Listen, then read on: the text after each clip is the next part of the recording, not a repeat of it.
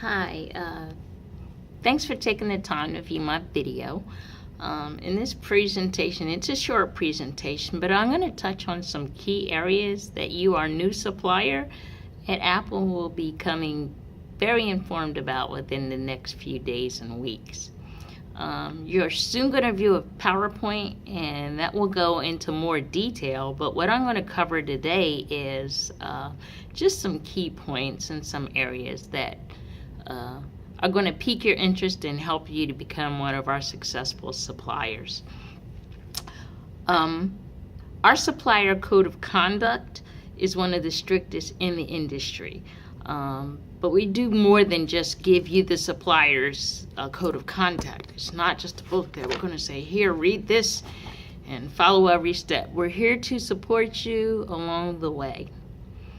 We want to empower you, because if you're empowered, then your workers will be empowered. Some of the key areas that are addressed in our supplier code of conduct are the following: supplier responsibility, empowering the workers, labor and human rights, health and safety, the environment, and a big one, which is accountability. Apple's very large on accountability. Let's sit back and consider empowering our workers. You might ask, how can I empower my workers? Well, you want them to be informed, you want them to be comfortable, and you want them to be happy to come to work every day. So, as workers may not have access to quality education in some situations, because we operate in countries all over the world, education is not easily available to all of our employees. So we provide training in our factories to help workers better themselves, be better informed, and help them take steps in moving up in their career ladder. We want to partner with vocational schools to also increase the standard of education. This, in large, will all help our employees. When we look at labor and human rights, that is a very, very key area. You may have heard in the past that Apple had some issues in China, and some of the issues we had were underage workers. We also had issue with brokers charging phenomenal fees for people to work for our company. And basically they're working and doing the job that we need them to do, but they're never able to profit from their hard work because they're paying off these brokers. So there are a lot of practices that Apple has implemented in the area of labor and human rights. And what we want to do is establish these practices that will bring all of our associates and our suppliers into compliance with Apple's standards of excellence. The areas that we have been addressing in labor and human rights are anti-discrimination, anti-harassment, prevention of involuntary labor, prevention of underage labor, protected class protections, working hours, wages, benefits, and contracts, collective bargaining, grievance mechanisms, and overall, in the year 2015, Apple has gotten an average score of between 86 and 97% achievement in addressing these issues. We do this with your help by providing you this code of conduct, which is really going to help you in helping your employees. Then we're going to go on to health and safety. Very big issue. Now, health and safety does not mean strictly the employees' health and safety. We actually are concerned about the health and safety of our employees and the health and safety of the environment and the community in which we operate. Safer facilities start with a specialized curriculum. Across our supply chain, there's a shortage of people with adequate environment, health, and safety skills. We'll refer to them as EHS. To ensure the people working in our suppliers' facilities, we need to do more than just provide basic safety precautions. So in 2013, we established the EHS Academy to address shortages of EHS expertise by educating local managers in the areas of environmental protection, air pollution, water and chemical management, and emergency preparedness and safety equipment. We also partner with local universities all over the world for sustainable communities. Participants create and implement real EHS projects to improve the conditions of their local facilities.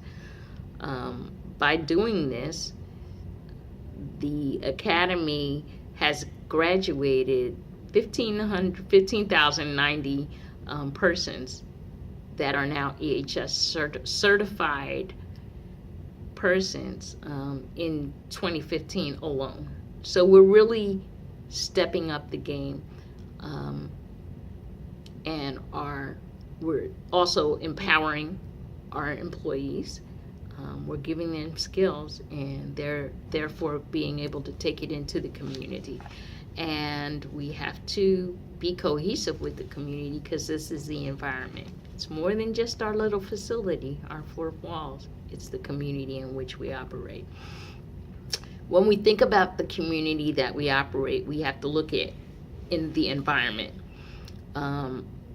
With manufacturing worldwide, we have to consider things like the greenhouse effect, and pollution from manufacturing can have a major impact on the environment. So we partner with suppliers to implement programs to reduce our carbon footprint. We replace outdated, ineffective heating, cooling, lighting systems, repair compressed air leaks, and recover and redirect waste and heat.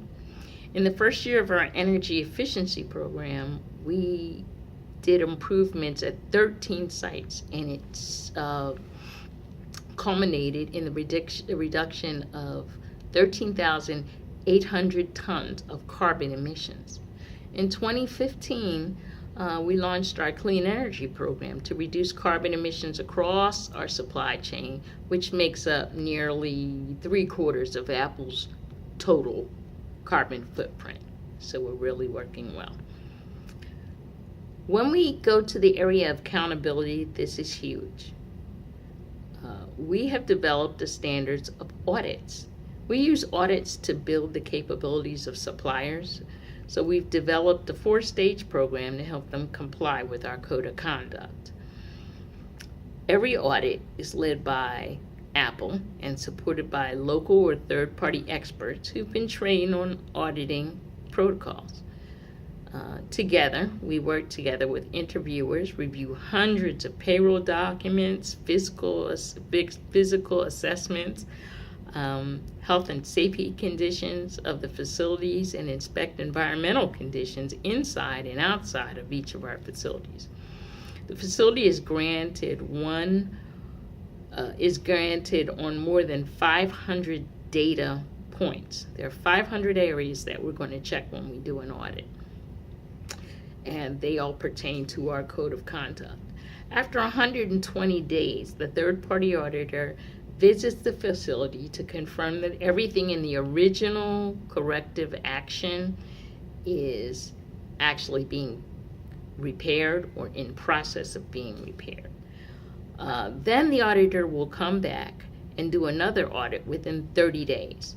At this point, our suppliers who require extra support to comply with our code of conduct, we send them a team of experts as a part of our partnership program, and we tailor our approach to helping the facility improve through refining business practices and management systems relating to labor, human rights, the environment, health and safety, Non-compliant suppliers must submit a corrective action plan within 2 weeks of the final audit. And they will fix the problems that we found. They will agree to fix the problems that we found. You guys are not going to be a part of this because we're going to work with you. We're here to support you in every way we possibly can. Suppliers check in at 30, 60, and 90-day intervals to make sure they're on track. Delayed progress is escalated to senior management. When you're having difficulties, we will step in and see how we can work with you, the suppliers, and help policing these areas that you're having difficulty in. We have improvement with their compliance significantly. Our manner of which we operate and support our suppliers is proven itself. And in 2016, we're looking for more compliance, less corrective actions, which will result in us being almost 100%. That's the goal here. We want to be not just the okay company, but we want to be the company that everybody wants to follow. We want to be the company that sets the example for best practices in our industry all over the world. Now, our code of conduct impacts social responsibility. The development and constant upgrading of our code of conduct has allowed the company to continue to transform. And we continue to grow. We weed out the practices that are not beneficial to the company. And now we have a tool that might even be referred to, as I said before, best practices in the industry. In short, the utilization of this tool, our code, a supplier code of conduct, has a great impact on how this company is perceived in the global market. Again, welcome to Apple. We look forward to working with you. We're here to support you. Onward.